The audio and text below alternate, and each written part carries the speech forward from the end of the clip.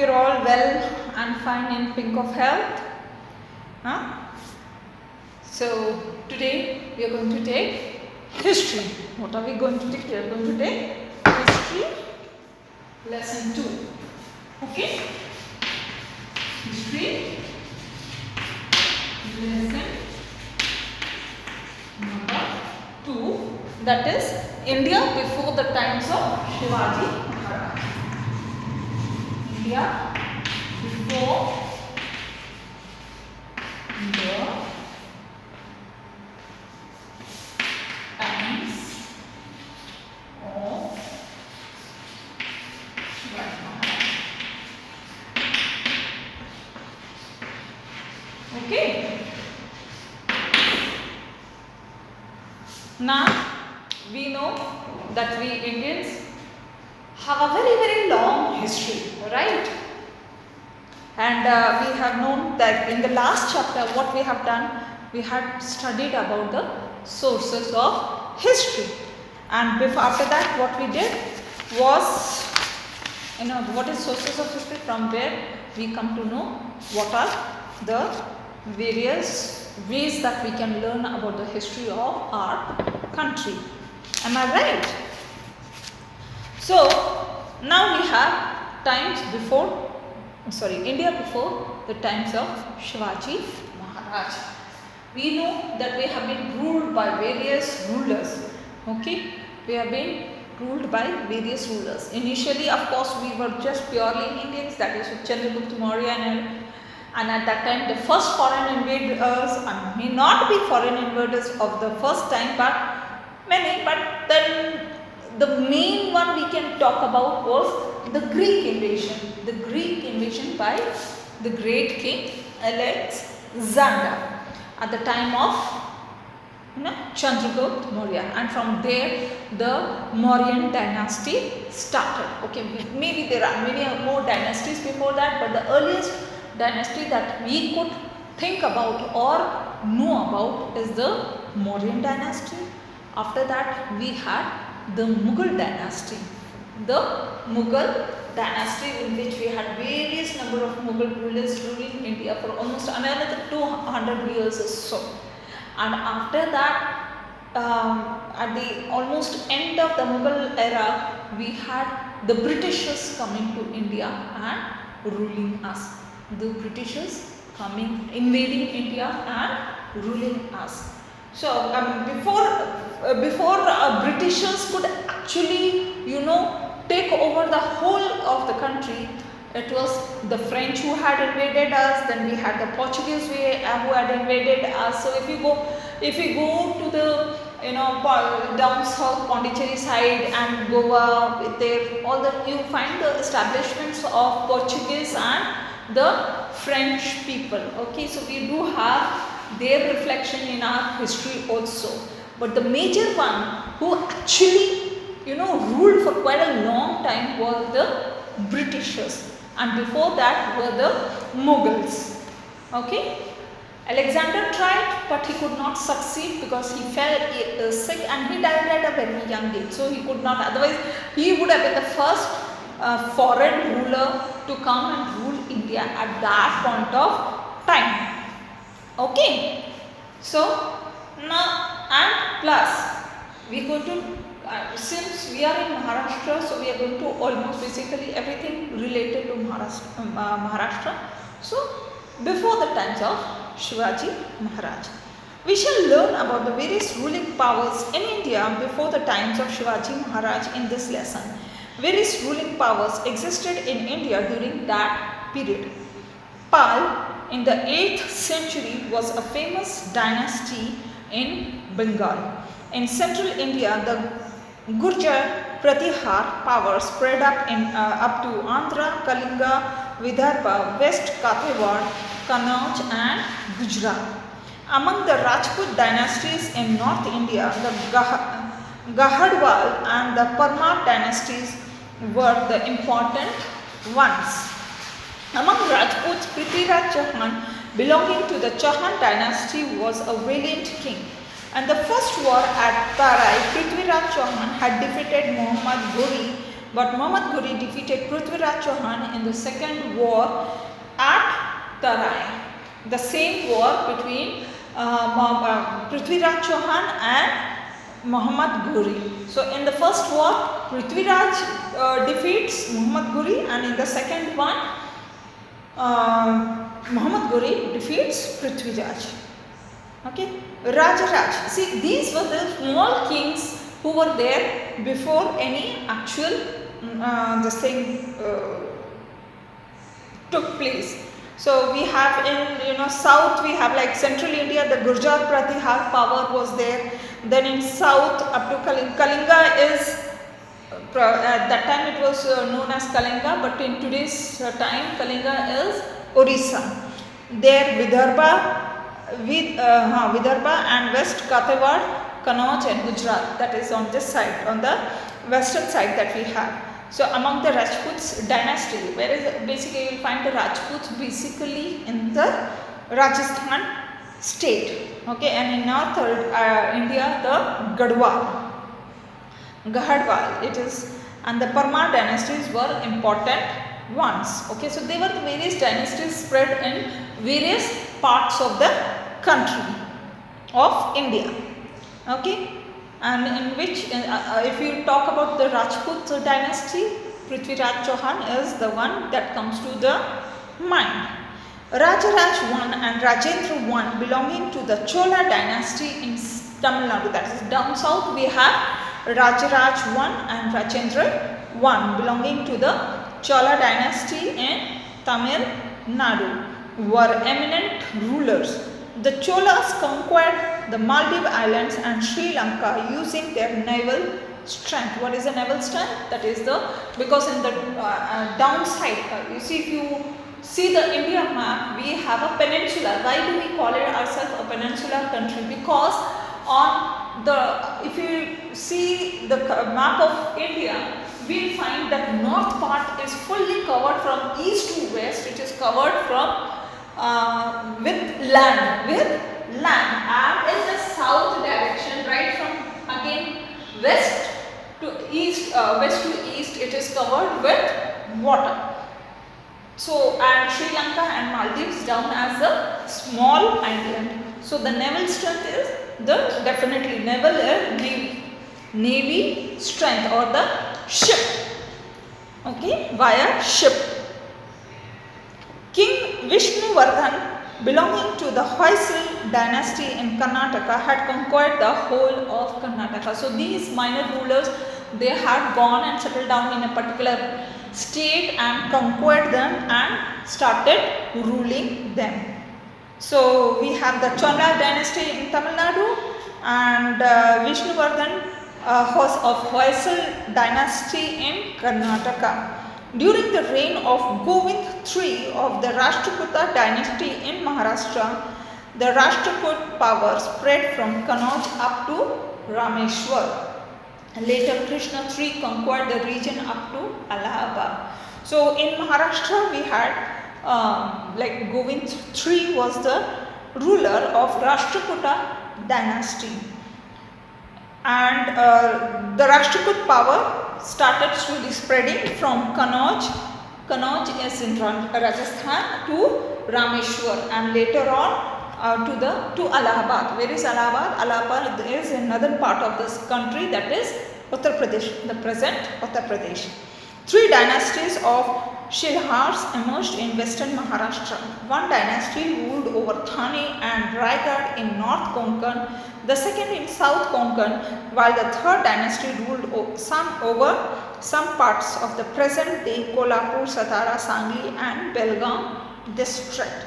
So we have Konkan areas of Maharashtra, that is the north part and the south part, and the north part was that Thane and Raigad, and in the second or in the southern part of the Konkan we have South Konkan, we have cities like Kolhapur, Satara, Sangli and Belgaum district. The last prosperous power before the period of Shivaji Maharaj was that of the Yadavas. The capital of Bhilam V of Yadava dynasty was at Deogiri near Aurangabad. He extended his rule beyond the river Krishna. The Yadava period is considered to be the golden period of Marathi language and literature. It was in this period that the Mahanubhav Panth and the Varkari movement emerged. Okay, so before the period of this thing, so we have the last, actually it was the Yadavas. Who are the Yadavas? They were the rulers of the states of Uttar Pradesh. Now, if you see still Lalu Prasad Yadav, almost the northern part, Bihar, Bihar, Uttar Pradesh and Madhya Pradesh, all these three states, they have mostly Yadavs over there. Okay, and if I am not wrong, or if my history, or if the historical events that they show, Yadavs are the you could call generation of Lord Krishna, I think so. Okay, I'm not so sure, but that is what it is. Yadavas is the dynasty of Lord Krishna.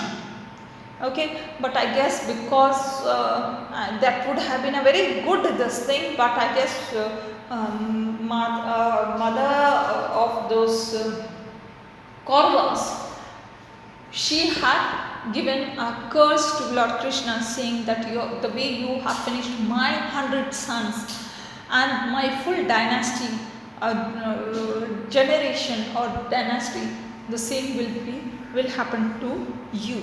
So he simply accepts that. If you see Mahabharata, you will get to know about that. Okay. So here Yadav dynasty was at Deogiri near Aurangabad, and he extended his rule beyond river Krishna. The Yadava period is considered to be the golden period of Marathi language and literature. It was in this period that Mahanubhav Panth and the Varkari movement emerged. What is Varkari? See, this is the season now. If you see those people, a group of people coming from walking, carrying whatever devotee. I'm not so into this thing, but please do forgive me if I'm a little bit wrong here and there. But then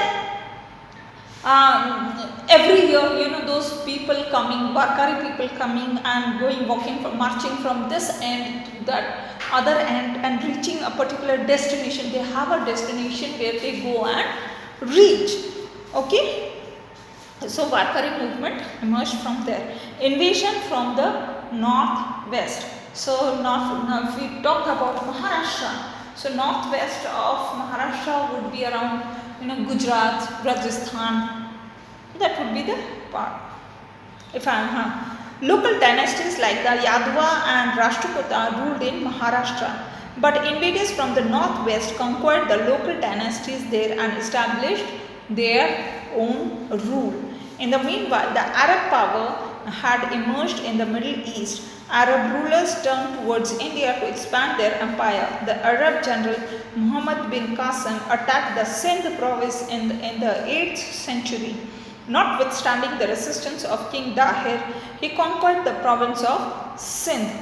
Now, if we talk about province Sindh, it is presently in Pakistan. It is currently in Pakistan. Why? Because at the time when this history is being narrated to us, at that is pre-independent India, and before, and this was the time when there were the kings and the queens ruling the country, right? And there were many dynasties ruling the country. So at that time, Pakistan and India were one and the same. They were one and the same. Okay. So that is what in Middle East. So they could easily come from via Pakistan, like from there to Afghanistan, then Afghanistan to, if I'm not wrong, to Pakistan, and that's how they entered India. So Sindh province at present is in Pakistan. Okay. So due to this campaign, the Arabs came into political contact with India for the first time. In the period that followed, Turks Afghans and Mughals from Central Asia came to India and established their power here. So these were the rulers, and like they were called as the Mughal rulers. They were the Turks, the Afghans and the Mughals. They came from various Arab provinces from, and the route that they had taken was via Afghanistan, Turkey and various other places from which they could take an entrance to India, and that's how they started ruling. So that's why you will always find that, you know, that is the reason why if we talk about the Mughal dynasty, it had ruled till the central part of the country. If you take the map of, if you talk about the map of India, the Mughal rulers, even if you want to talk about the Britishers could not go more down. Yes, they had spread that power there also. But if you talk about the Mughal, their influence, I would call it not as their this thing, but their influence was still the central part of the country. They could not go down below, because, you know, that time our country started from wherever that end of Pakistan would have started, wherever it would have started. From that end of Pakistan till the central part of India, it was a huge province or huge this thing for any ruler to rule, and to come down below till the southern part of India, that would have been a very huge task for them. Okay, so that's why you will find that the influence basically is still Delhi, UP, basically UP and Delhi, and here in the western part you will find Rajasthan and Gujarat, and little influence still Maharashtra also, but below that they could not go, because Maharashtra is right in the center of India. It is right in the center of India. That is why Maharashtra is considered Maharashtra, Madhya Pradesh, and I guess one more state. Okay, we'll get into it in detail afterwards. Okay. In the 11th century, see, this is the 11th century we are talking about. So at that time, Pakistan was definitely with India. It was a part of India. It was part of India. It was only at the time of independence, you know, when two people wanted to become the prime minister of the country at the same time. That was Prime Minister Jawaharlal Nehru and Prime Minister Maulana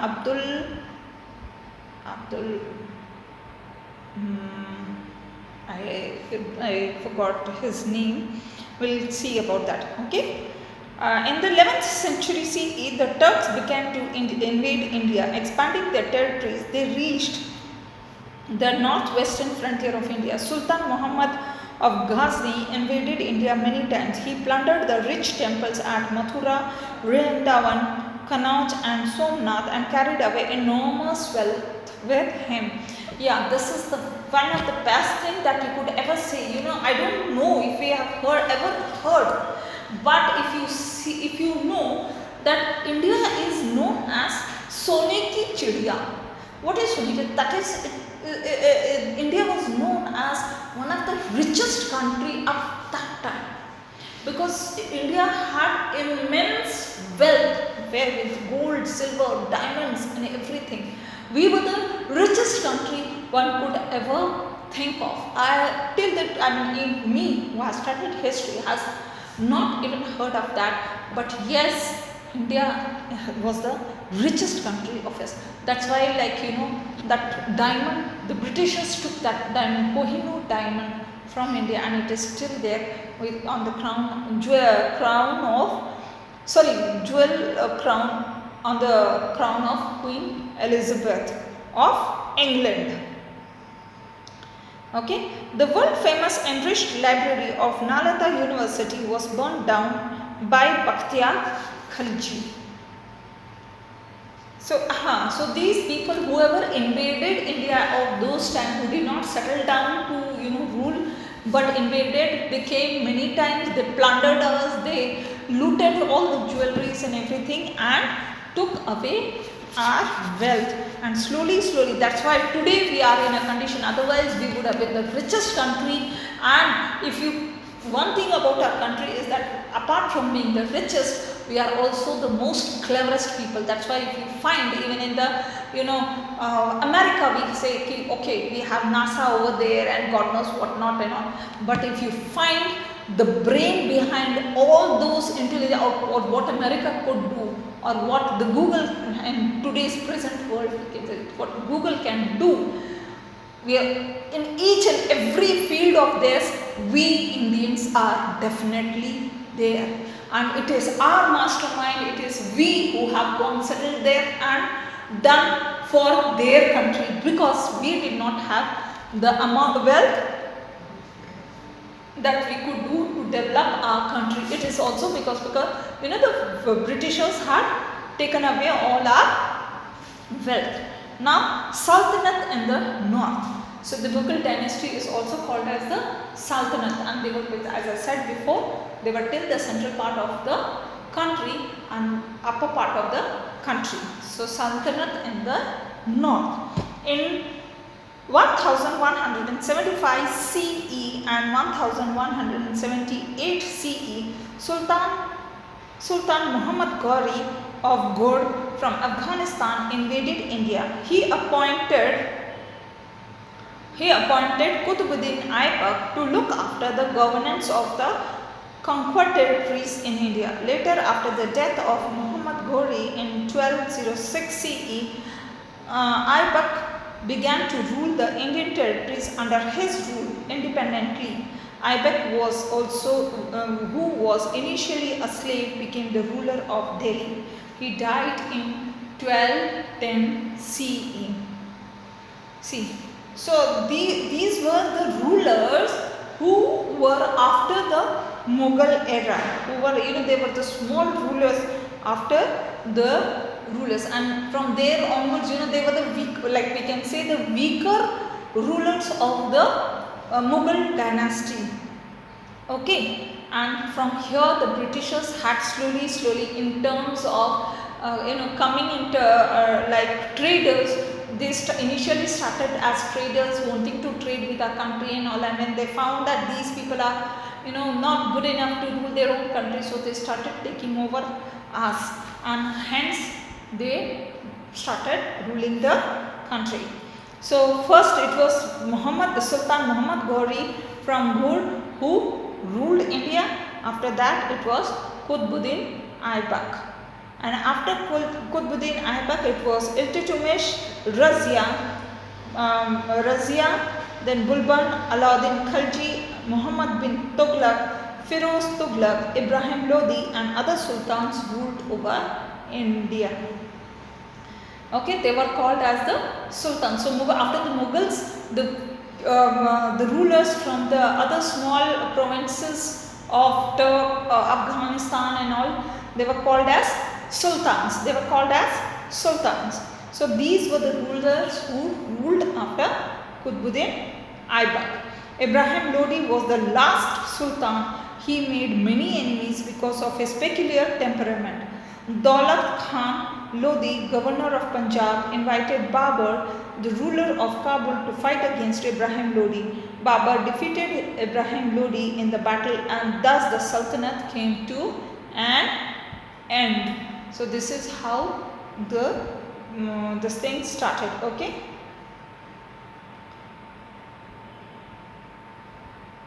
And sorry, it was not after the rules of after the Mughal dynasty. It was before the Mughal dynasty. I am extremely sorry about that. It was before the Mughal dynasty. The kingdom of Vijayanagar. During the reign of Sultan Muhammad bin Tughlaq of Delhi, there were many revolts in the south against the central power of Delhi. From these revolts arose the formidable Vijayanagar and Bahmani kingdoms. The brothers Haryar and Bukka from South India were Sardars in the service of Delhi Sultanate. Taking advantage of the instability in the south during the reign of Muhammad bin Tughlaq, they founded the kingdom They founded the kingdom of Vijayanagar in the south in 1336 CE. Hampi in today's Karnataka was the capital of this kingdom. Hariyar was the first king of Vijayanagar. Now, kingdom of Vijayanagar, that it is in the southern part of the country. Till now, the southern. In the northern part, the Sultanate were ruling, and in the south, it was the kingdoms of Vijay and Bahmani kingdoms. Okay, the brothers Hariyar and Bukka from south were the Sardars in the service of Delhi Sultanate. And when they saw that the sultanates were wavering and they could not, move or, control the people, these two people started ruling, and they founded the kingdom of Vijayanagar in the south in 1336, and Hampi in today's Karnataka was the capital of this. So Vijayanagar is totally, the four states that we have in south, that is Kerala, Karnataka, Andhra and Tamil Nadu. They are it was called as Vijayanagar of that time. It was called as Vijayanagar of that time. And Hampi in today's Karnataka was the capital of Vijayanagar. So we will continue in the next class of Krishna Devarya. Okay. So Hariyar was succeeded by his brother Bukka. Bukka brought the reign up to Rameshwar under his control. So that was the city limit. The next is this thing where they. So next time we will do Krishna Devarya. Okay.